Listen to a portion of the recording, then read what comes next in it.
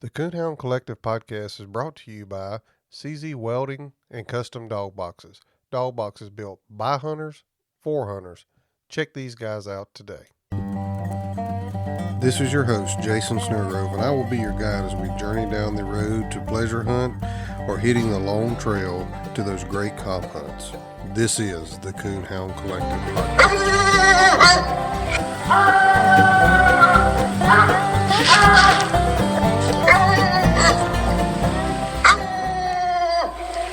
Welcome to the Coonhound Collective podcast today. Today, we have the pleasure of interviewing Mr. Logan Rose.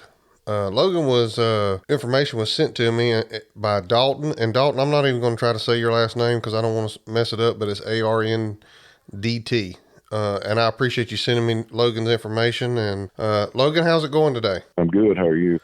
Oh man, can't complain. It's Saturday morning, and we went and treated some coons last night. Won't you go ahead and tell us a little bit about yourself and where you're from? I'm Logan Rose, and I'm from Sand Gap, Kentucky. Just happy to be here, really. So where is Sand Gap, Kentucky at? Is it you in East or Western Kentucky? Yeah, I'm in Eastern Kentucky, not far eastern, but far enough to still be in the mountains. Oh, okay. What kind of hunting do y'all have out there? Is it all mountainous, or do you got some rolling hills, river bottom stuff, or what you got? It's a lot of creek bottoms, a lot of government land right here around home. A lot of cliffs, real steep. Not a lot of coons. A lot of people probably quit if they had to hunt around here all the time like we do. I mean, you go tree 1, 2 singles, and you're doing pretty good, especially if you hunt right here close to home. Well, I can definitely, like we talked before I hit record, I can relate to that. We do not have a very good coon population right here where I'm at, and the hunting's pretty rough. We have to, like I told you, we drove about an hour north last night to go hunting and get into some a little better coon. So I definitely can relate to that. That's about how it is for us too. I mean, not for last, we drove right at 2 hours to get into some good hunting. We still had some snow on the ground. I think we ended up treating 4 singles, but I mean, we hunted till 12, 1 o'clock and got started right after dark. So I mean, that was a 5 or 6 hour period to treat 4 singles. So still wasn't too good, but it was pretty rough conditions. Yeah, well, that's about the same deal with us. We started right after dark, and I got home about 1. So that it took us that long to get 3 in a den. So, and that's in our good coon hunting. How'd you get involved with messing with these old dogs? Oh, well, it's been kind of a family thing for way before my time. My great uncle, he's coon hunted for 50 some odd years. I mean, he still does, and he's in his 70s. My dad and my uncles, they all coon hunted up till about the time I was born in 2002. And my dad was trying to coach basketball and coon hunt and raise me, and my mom told him something was going to have to give, something had to go. So he chose to let the coon hunting go. And a couple years went by there, and he got to hearing guys talking about squirrel hunting with dogs, so he went and he bought me a female cur pup when I was 2 years old. And then I squirrel hunted with him, and up till I was probably, I don't know, freshman in high school. And I went squirrel hunting one evening, and the old dog I was hunting slipped off at the edge of dark. When we found her, she had a couple coons to eat. It's been kind of all she wrote since then. That's all I wanted to do. So you mentioned squirrel hunting there, and we kind of touched on that because I noticed on your Facebook page you had some stuff about squirrel hunting, and I know you hunt a hound for coon hunting. What's some of the differences in hunting a cur dog versus hunting a hound? To me, some of the biggest ones would be kind of temperament. A lot of male curs are a little more on the ill side, and then you can correct a hound a little more than you can a cur. They're kind of touchy, just kind of sensitive. And then mouth, hound's gonna have a better mouth. They're probably gonna be a better tree dog. Probably gonna hunt a little harder. I mean, there's a lot of hard hunting curs. Don't get me wrong, but as far as just blowing in there and stuff, hound's gonna hunt way harder to me from what I've seen over time. Yeah, and I'm squirrel hunting a hound right now for a guy, and it seems like he's got too much nose. He just makes too many trees for me right now. But the cur's going to be pretty accurate. Yeah, so we're going to talk about some of your competition coon hunting here in a minute because we definitely want to talk about Echo and some of the stuff y'all have done and kind of what Echo's out of and stuff. But do you competition hunt, squirrel hunt as well? I would if I could get a dog to suit me, but I've not got one that suits me good enough to take to town right now. I went and spectated the NSD Junior World Hunt there early December, and it was impressive. A close family friend ended up getting second in it with a nice cur he's got, and it was neat. It was a lot like coon hunting, but we treated a lot more squirrels. I'm sorry. It was just fast paced, something always going on. It was a lot of fun. I think I'd really like it if I had one that suited me good enough to take to town. And we're going to get back to coon hunting here in just a minute, I know, but if a fella had a dog, a young cur dog or feist or something, and wanted a squirrel hunt, what's some tips you could give to help somebody get going? Just keep it in the woods. I mean, you don't have to hunt it all the time, but I mean, make what time you hunt it count. I mean, try to hit the woods when the squirrels are going to be stirring. I mean, early in the morning, late in the evening. Just try to keep them where there's a few squirrels and let the natural ability kind of come into play. Yeah, I can definitely relate to that. I told you for a hit, I've got a little Feist series, a little brindle colored Feist, and he kind of go. I got a lawn care landscape business, and he kind of goes with me everywhere. And we ground some stumps up, and we were in some parks, and there was nobody in the park, so I just let him out, and there was a squirrel on the ground, and he about caught that joker before he got up a tree. So, yeah, I can definitely relate to that. What was your your cur dog there treat the coon? Did you just go to coon hunting that cur dog, or did you get you a hound at that time? For a while, yeah, I'd hunted the cur, and we treated a lot of coons with her. She took to it. She had a lot more drive than some curs would have. I traded coons with her in this country at a mile and a half. I mean, she's my favorite one I've ever got to turn loose as far as cur wise. But then we had some young dogs here, and I kind of stole it from Dad. Really, it was his pup, and I traded it off and ended up with a walker dog off a track man. And all it want to do is run track. Not hating on the track man stuff, but it's just what it done. And I kept trading around. I finally got into a couple of English dogs there that I traded some coons with, and then my uncle come up with my Echo dog's mother, and she was a nice old dog. And I think I used a bunch of my savings money and all my Christmas money that year, and I bought her and hunted her for a little bit, and I got to want a male pup, so I posted in one of them Facebook groups about wanting a breeder, and Chris Boland stepped up and offered Knockout, which is what Echo's off of, to me, and we got together and made the cross, and now here we are. Okay, so how old is Echo now? I believe he's right at 3.5. Okay, so what was he like? Well, I guess let's back up even before there. How many pups did she have in the litter? She always has a big litter. She had 13 and raised 11. Wow. Well, I don't ever pick a good dog out of a litter. So how'd you pick him out of 13 or 11, I guess? Well, I spent a lot of time out there with them when they was real little, just watching them and when they'd run around and play and things. And he would always be, he was probably the first one up walking around when they was really little. And he would always just blunder around in the building up there, and he never really cared what the rest of them was doing. He just kind of done his own thing. And I liked that. And then as they got a little older, he was always calm and just seemed smart. I mean, he knew his name. I had him named when he was little. He just seemed to pick up on stuff really quick. So I kind of, weeded him out like that. Yeah. So whenever they were coming up, did you hang on to several of them just to make sure you got the right one, or did you had your mind made up that he was it and you just got rid of the rest of them?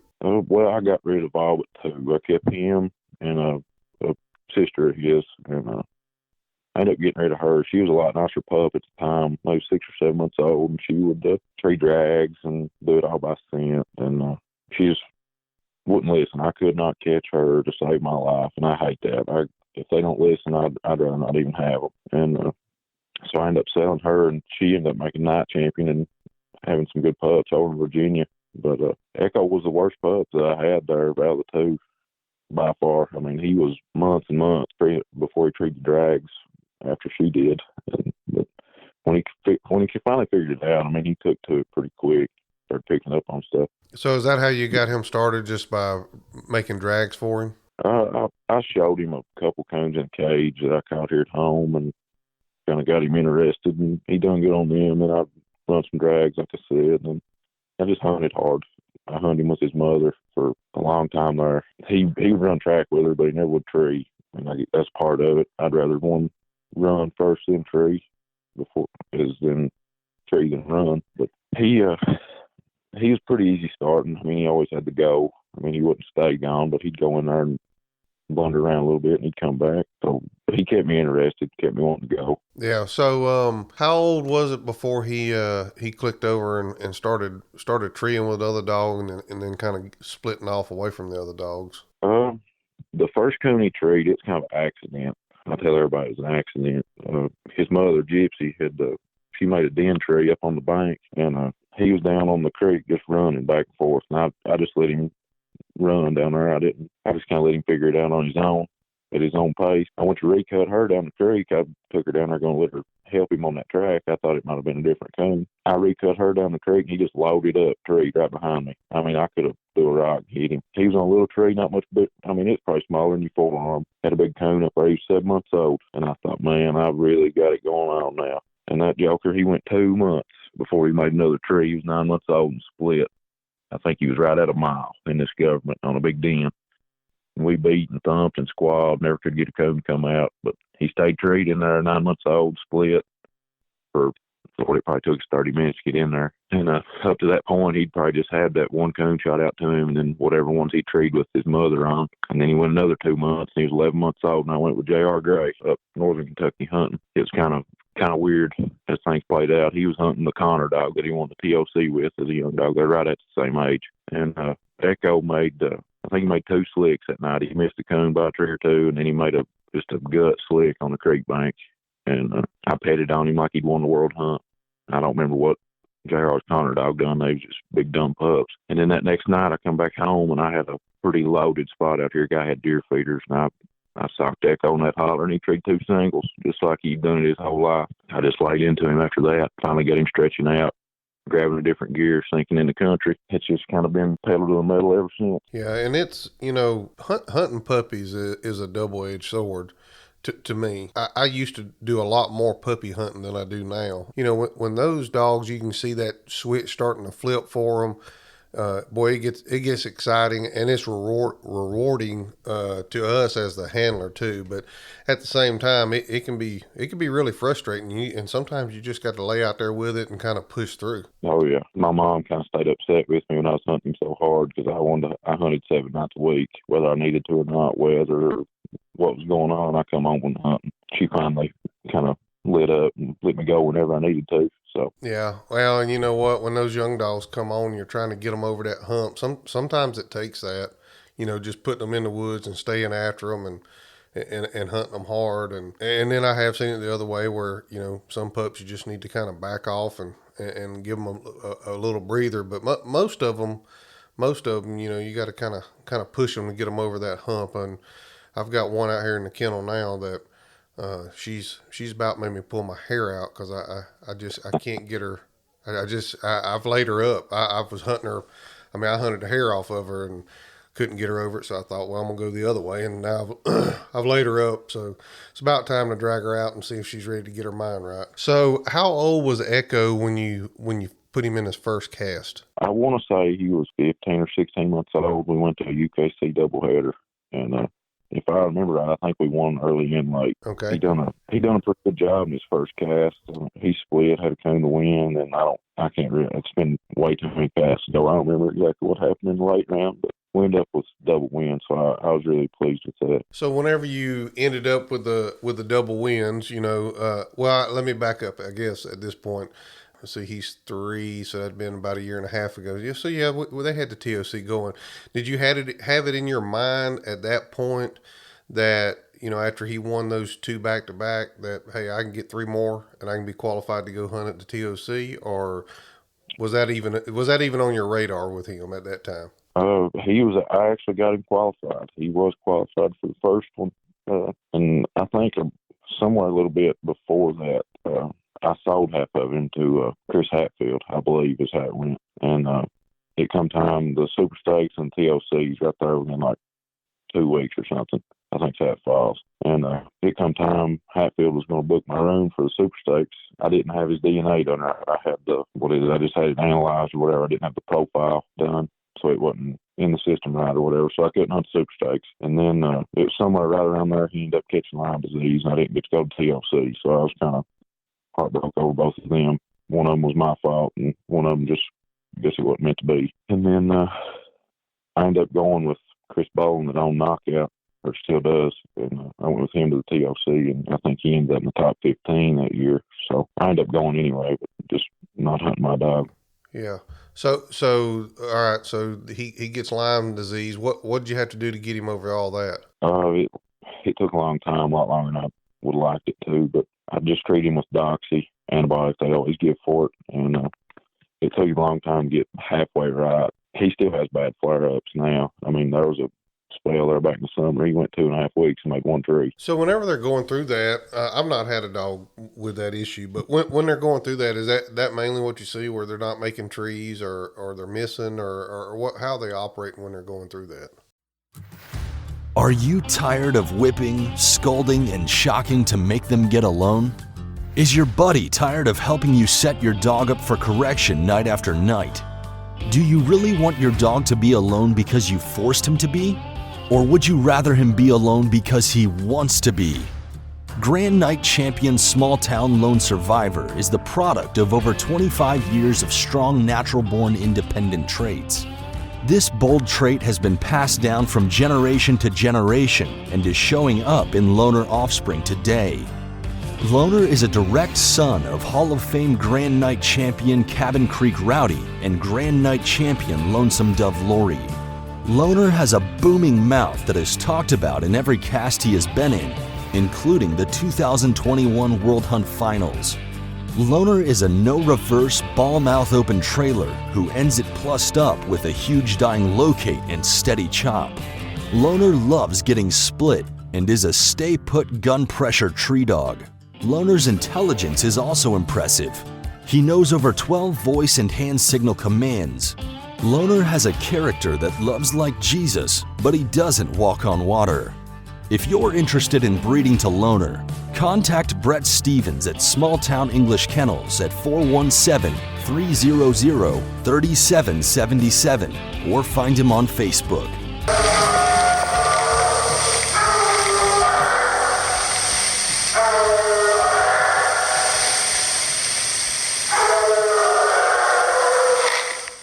If you're interested in running a stud ad for your dog here on the Coonhound Collective podcast, reach out to us at thecoonhoundcollective@gmail.com. Send us a message through Facebook or Instagram, and we'll be glad to get with you to get you an ad built and get you pricing on all of our ads. When he caught it the first time, he would still get treed. I guess I was just catching it on the front end of it. But he would check so hard. I mean, he would run the same track 4 or 5 times before he ever settled in. That just wasn't right. And then he went to running little junk, and he's never been bad about running anything off. And now when he gets it, I mean, it's like his nose don't work at all. I mean, he may not even strike a track. You just turn him loose and he blows out. I mean, there was the instances that dogs was treeing cones behind him in places that he just went through.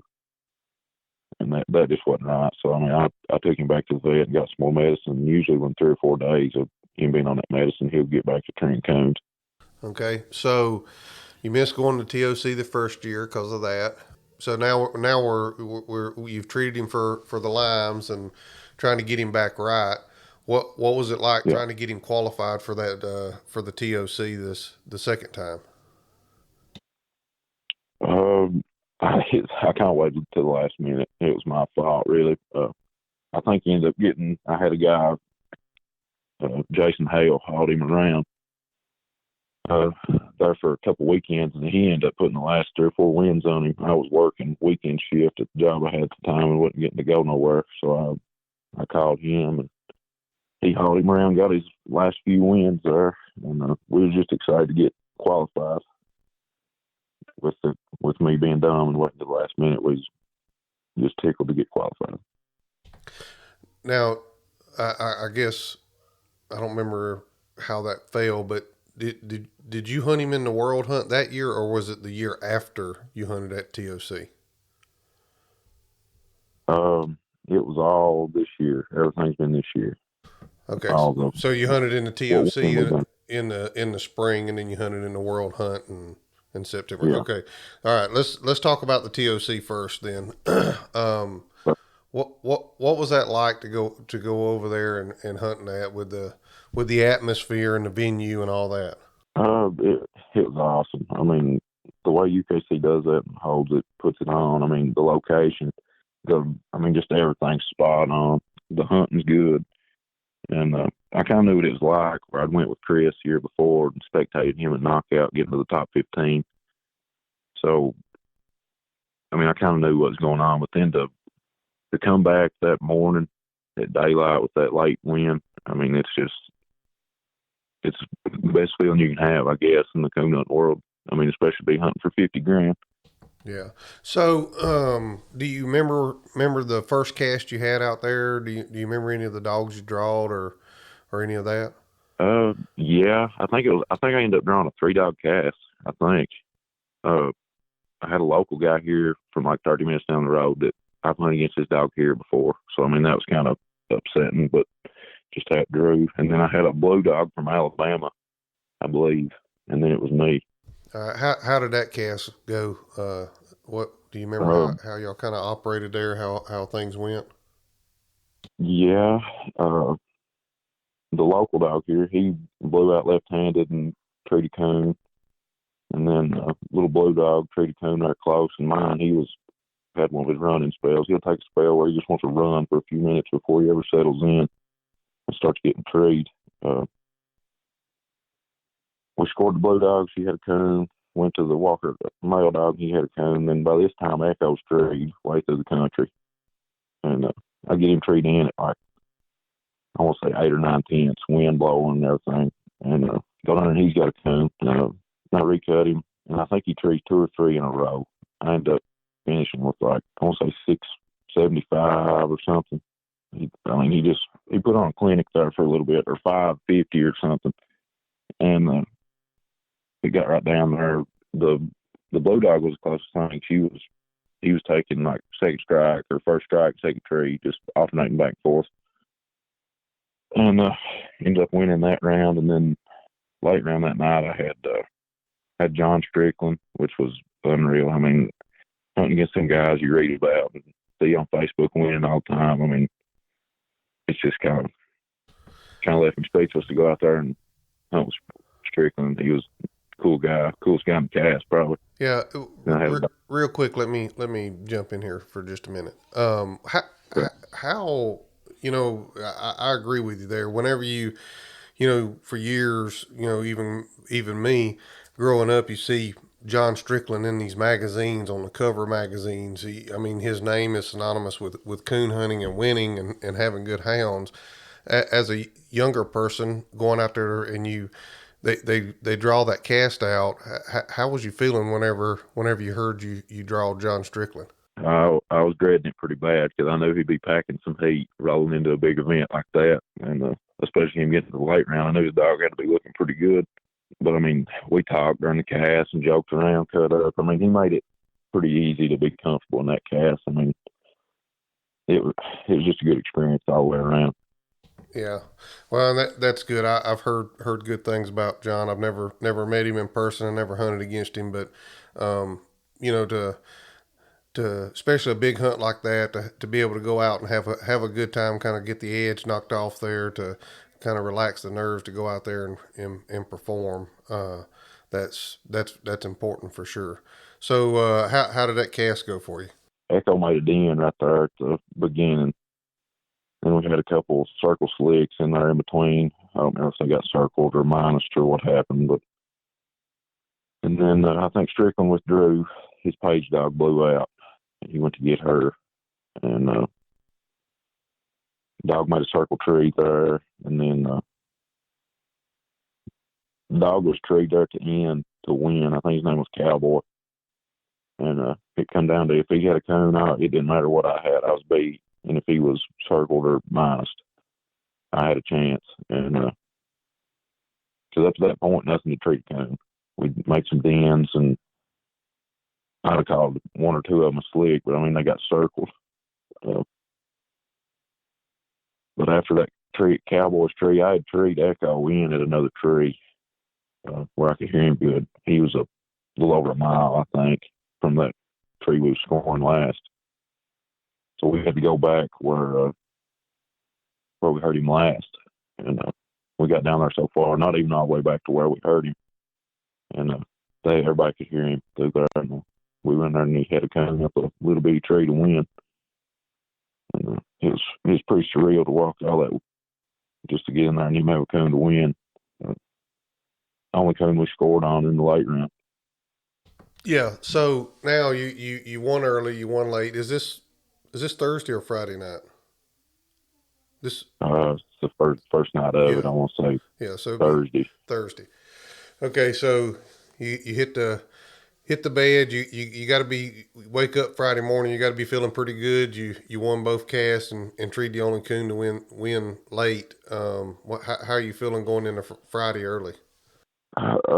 Nerves was still kind of there, but I mean, you get settled in after you have that performance, and everybody kind of sees you're not there just messing around, so you're there to compete.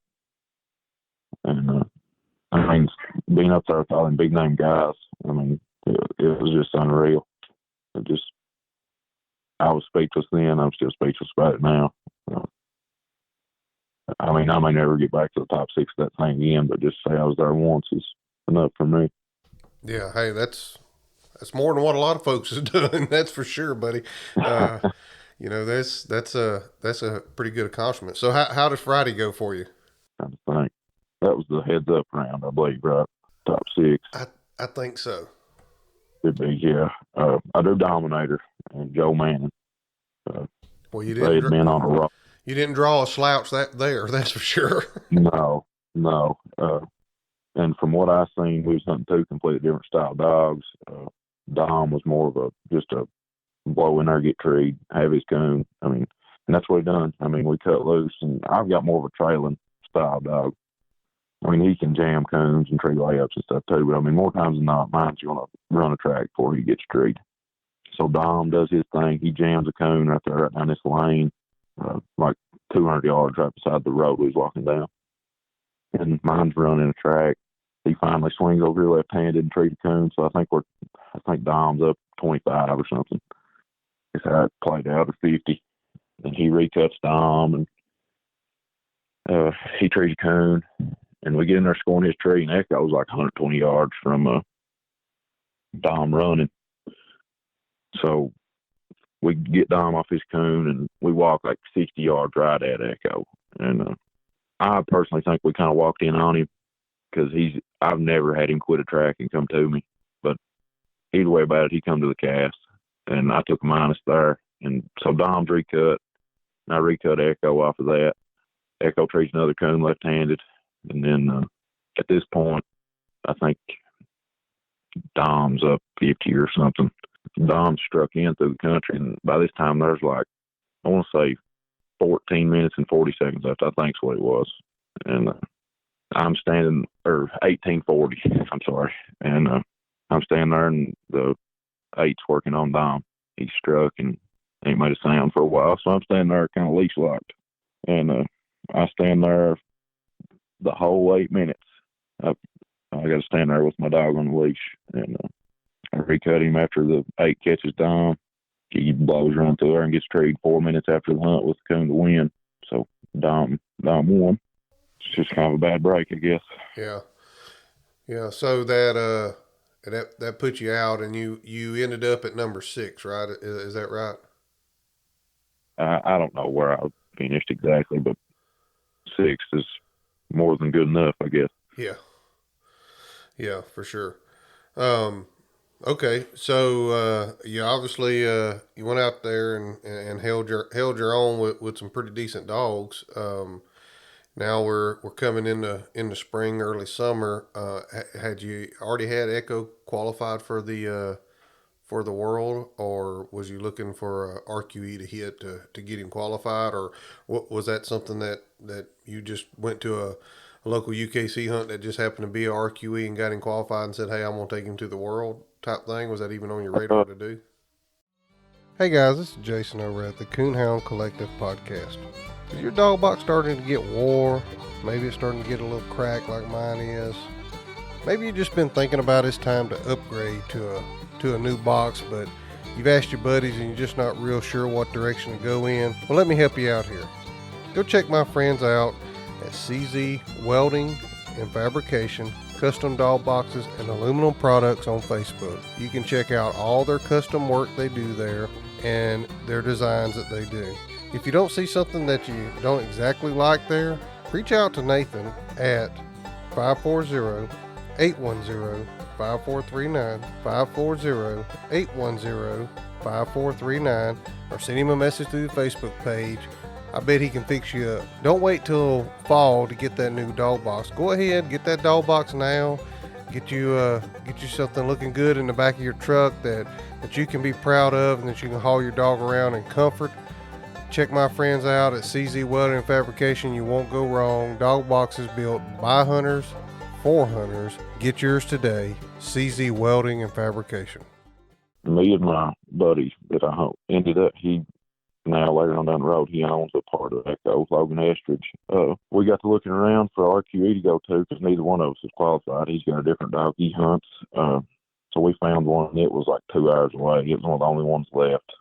Again, we waited till right at the last minute to try and get qualified for something. And so we rolled into, I think we was in Cecilia, Kentucky, where we was at. I drew Stephen Basham and the buddy dog that he does all the winning with. And couple local guys there, and ended up Echo Tree, the only coon we seen again, and won with 2 1/4 or 200 or whatever it was, and got qualified for the world. So where'd you go hunting zones at? Portland, Indiana. All right. How did that go? Did you have a cast win both nights? Or did you get in on one night? How did that work for you? I got in on a one night high score. I think I scored 675 or something the first night. So you get into the top 100 there. How did Thursday? Yes, Thursday. How did Thursday night go for you? Where'd you end up? You remember where you ended up placing there? At the World or Zones? At the World. I got 16th at the World. Okay. How did Thursday go for you once you got to Tennessee? It was kind of shaky. We was way into the cast before anything ever treated coon. The little English female ended up treating a coon there. Made a lot of circle trees. Leaves was still on. A couple trees that should have had coons in, we just couldn't shine. It was too thick. I mean, Echo looked pretty good. I'm not gonna say he looked his best, but I mean, he was getting treed by himself and everything, looking okay. And then he finally got in there and treated coon, and seems like that boy took a minus or something. And it come right down to the last minute. They made me tree my dog. I was winning, and there was like a few seconds left. And they put the stationary on me. I wasn't gonna tree him, and the judge wasn't gonna make me. And they ended up making me tree him, but he got circled on a big leafy tree and come away with a low scoring cast win. I think it's 150 or something. All right, and then how'd your next round go? Pretty pitiful. The top 16 there, he just blew out. I think I caught him hovering around 3 miles through there somewhere. I mean, he was treed with a coon right through there, but they ain't a snowball's chance I could have ever got him treed in. Yeah, that's the hawk dog in the final 4. He won my cast, and he done a good job on 2 singles. Yeah, that's tough when they blow through there like that. Yeah, I draw Jenna Saturday night at our zones, and let's just put it this way: her whole trip through the whole all the rounds, and then that last round where she put on a coon tree and clinic there, that was kind of no different than what she did Saturday night at the zone. So. Congratulations to Tyler and Jenna for sure, because she definitely was treeing some coons. Okay, so you end up with top 16 in the world, and you know what? I know it's 16th, and they say second place like kissing your sister, but you know, a lot of people, even my age and older, they strive just to get placed in that world hunt, the TOC, some of these bigger hunts, and it's tough. I mean, when you get there to those caliper dogs, it's tough to get through some of those rounds with some of those dogs. So I know it probably ain't where you want it to be, but hey man, that's quite an accomplishment to get 6 in a TOC, 16 in the world in the same year. You hunted against a lot of good dogs to get there, and won a lot of good casts to get there. So that's quite an accomplishment in my book anyway. I've been more than pleased with it. I never thought that the little dog would be anywhere near where we've had him or where he's took me. Just really been a blessing. The little dog has. And, I mean, that's about all I can say about him. I just really enjoy the little dog, and he's just kind of blew my mind at where he's took me. Yeah. So we haven't mentioned any of this yet, and I'm definitely not going to let you go just yet before we do, but let's talk PKC a little bit. So we've been predominantly talking UKC up to the World Hunt this year. How's have you always hunted PKC, or is this something that you got involved with after you realized you had a dog that could win some, or how did that go for you? It was always kind of a thing I wanted to hunt because of the money. I mean, obviously UKC don't pay nothing unless you get it one of the big hunts. So we've always kind of hunted PKC local and hunted some legacies and pro classics, and seemed like we've always had better luck hunting UKC because there's a lot of big name dogs out here close that hunt PKC, and they always clean our clock pretty good, seems like. But we've done all right in PKC, I guess. Yeah. So what's do you know what your how much money you got won in PKC with him? It's a little over 1,800, I think. Well, hey, that's more than I got one, so that's that's pretty good. There's a lot of people strive just to get that 500. I got a young English dog I'm hunting, and that's my goal right now. Is I'm about $150 or $200 short of hitting that $500 mark on him, and of course I'm only hitting the $35 hunts, but you know, so it takes a little longer. But hey, you mentioned something there, and I'm gonna touch on it just a minute, and you can kind of give me your opinion on it. You was talking about drawing some pretty tough dogs there in PKC because of some of the people around. You know, I kind of have that same deal here. You know, Cheyenne and Tyler and some of those guys that hunt, Blaze Bowers.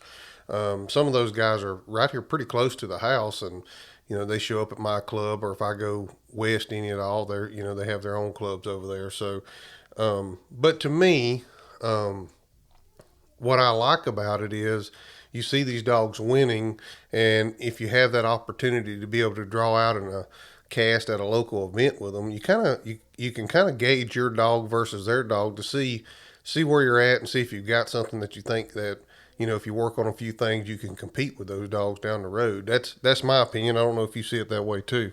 Yeah, I mean, especially in the $30 hunts. I mean, a lot of guys around here, especially the bigger guys, they'll use them as more of a training thing.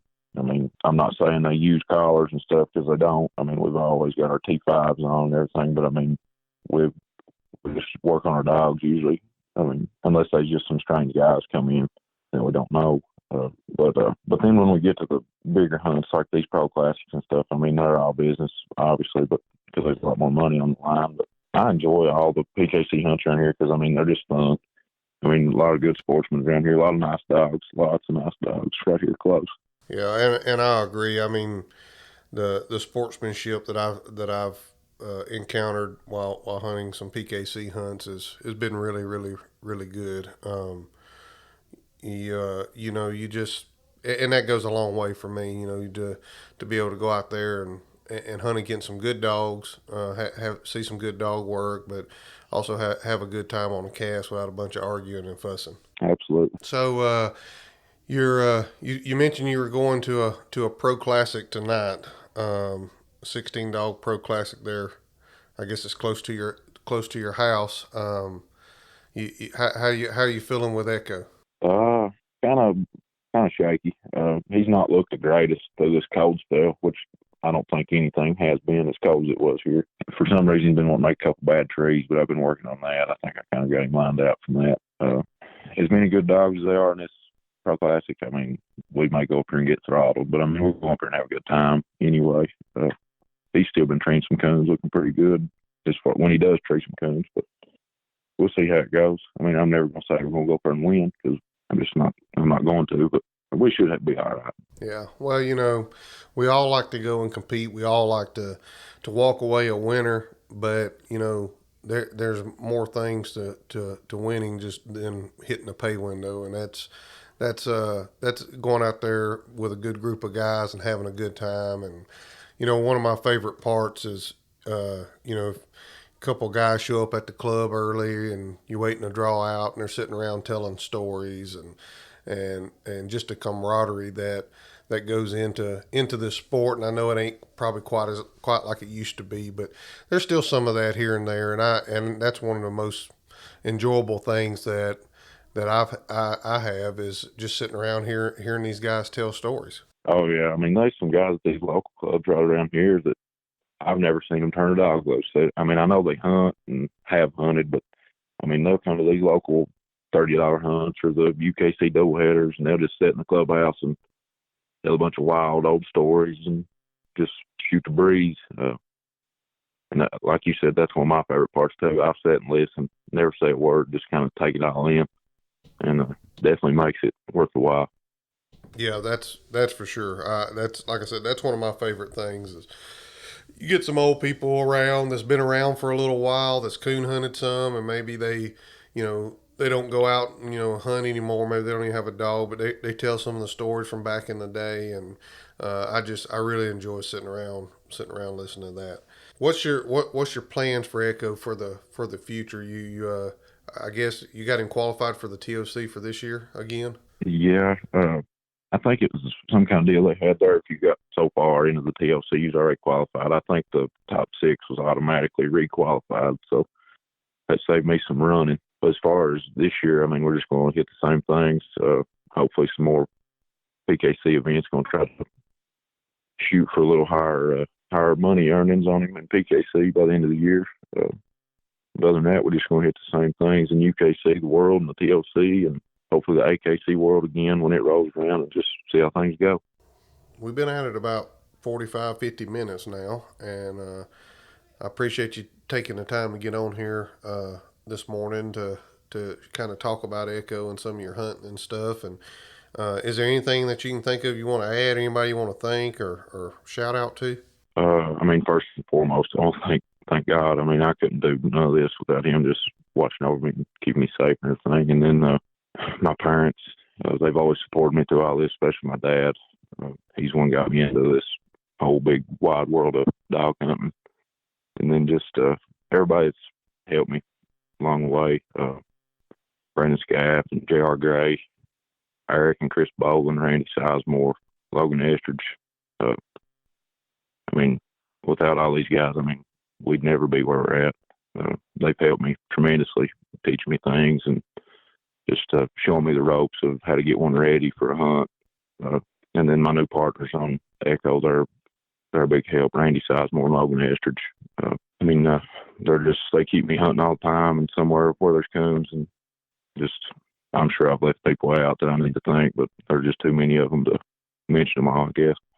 Yeah, well, that's kind of the way it is when you get good people around you. There seems to be more of them than you can remember whenever you kind of put on the spot like I did there with you. But I'm sure you're very thankful for all of the ones, anybody that's encountered to help you. I know I am, and I know most people I talk to is the same way. So, but hey, if you don't have anything else to add, man, I think it's been great. I enjoyed getting to talk with you, and I think we're at a good spot to stop this thing about right here.